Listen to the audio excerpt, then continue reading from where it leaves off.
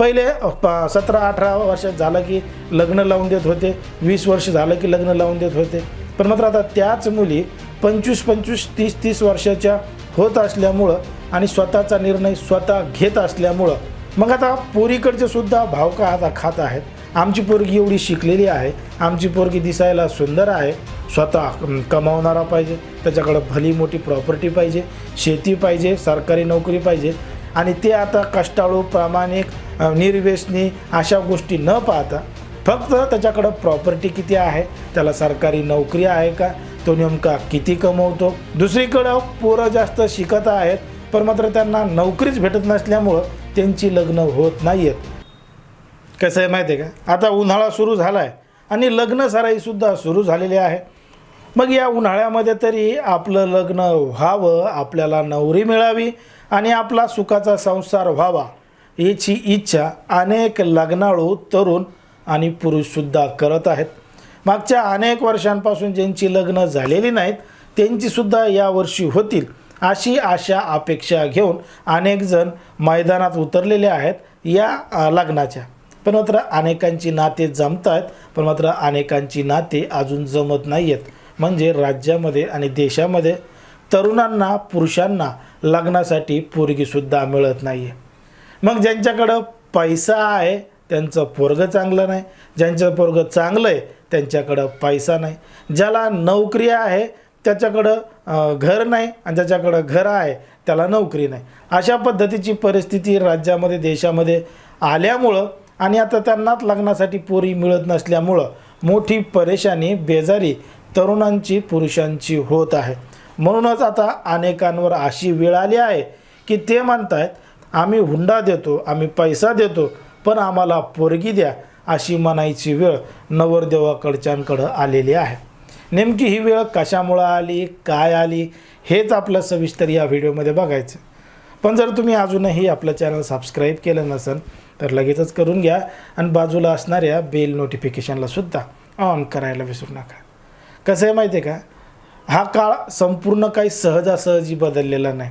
जर आपण 2005 किंवा 2001-2चा विचार केला तर तेव्हा मुलीला नवरा कसा मिळतो आणि सासू कशी मिळते हे महत्त्वाचं होतं आणि त्याच्यासाठी मुलीकडचे मोठ्या प्रमाणात परेशान होते, बेजार होते की आपल्या मुलीला चांगला नवरा मिळाला पाहिजे, चांगली सासू मिळाली पाहिजे आणि तिचा सुखाचा संसार झाला पाहिजे. पोराला नोकरी नसली तर हरकत नाही, पोरगं निर्व्यसनी असावं, कष्टाळू असावं, मेहनती असावं, जेणेकरून तो त्याच्या बायकोला चांगल्या पद्धतीनं सांभाळेल.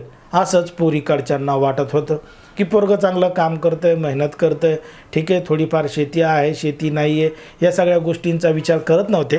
फक्त आपली मुलगी सुखाने कशी राहील हे पाहत होते आणि तो हुंडा मागतंय का नाही हे सुद्धा पाहत होते. कारण की तेव्हा मुलीकडच्यांना नवरदेवाला हुंडा द्यावा लागायचा, मग तेव्हा नवरदेवाकडचे मोठा भाव खायचे. ज्यांच्याकडं जमिनी होती, नोकरी होती त्यांचं तर बघायचं कामच नाही, त्यांच्या मनाला जेवढं वाटेल तेवढा ते हुंडा मागत होते. मग परिस्थिती बदलत गेली हळूहळू. राज्यामध्ये 2010-2012 पासून मुलींची संख्या कमी होत गेली. म्हणजे जे लिंग गुणोत्तर आहे, मुलींचा जन्मदर आहे तो मुलांपेक्षा कमी होत गेला, घटत गेला आणि राज्यामध्ये मुलींची संख्या कमी झाल्यामुळं हळूहळू 2020-2022 पर्यंत पोरांना पोरगी भेटणं अवघड झालं आणि पोरांना पोरगीच भेटत नव्हती. इकडून तिकडून ज्या पोरी आहेत त्या हायर एज्युकेशन घेत असल्यामुळं, मोठमोठं शिक्षण घेत असल्यामुळं आणि PhD सारखे शिक्षण घेत असल्यामुळं त्यांचे वय लग्नाचे वाढत चालले होते.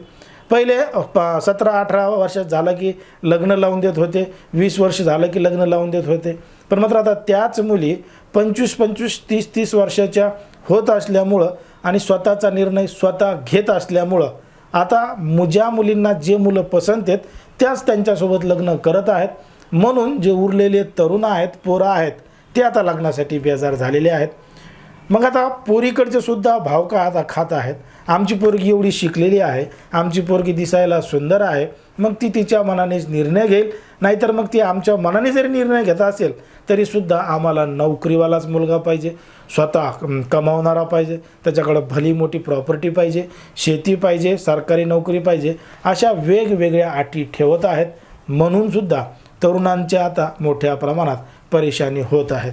मग जेव्हा पहिले जे लोक होते, जे पोरीसाठी कष्टाळू, प्रामाणिक, निर्व्यसनी पोरग नवरदेव बघत होते, तीच मानसिकता आता पोरीकडच्यांची बदललेली आहे.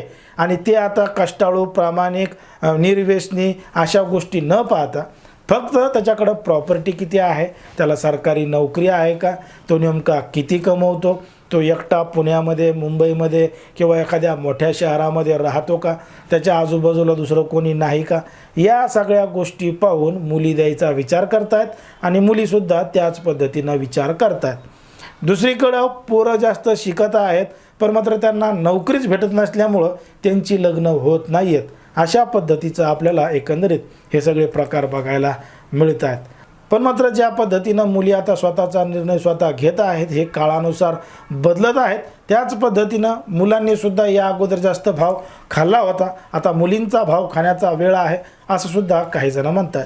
पण मात्र ज्या पद्धतीनं आता हे सगळे प्रकार घडत आहेत, त्याच्यावर नेमका पर्याय काय असला पाहिजे, याच्यामध्ये सरकारने काही मध्यस्थी केली पाहिजे का, हा सगळा प्रश्न नेमका कसा निपटवला पाहिजे, तुम्हाला काय वाटतं हे अगदी स्पष्टपणे कमेंटमध्ये सांगा. आणि अशाच पद्धतीचे नवनवीन व्हिडिओ पाहण्यासाठी आपल्या चॅनलला लगेच सबस्क्राईब करायला सुद्धा विसरू नका.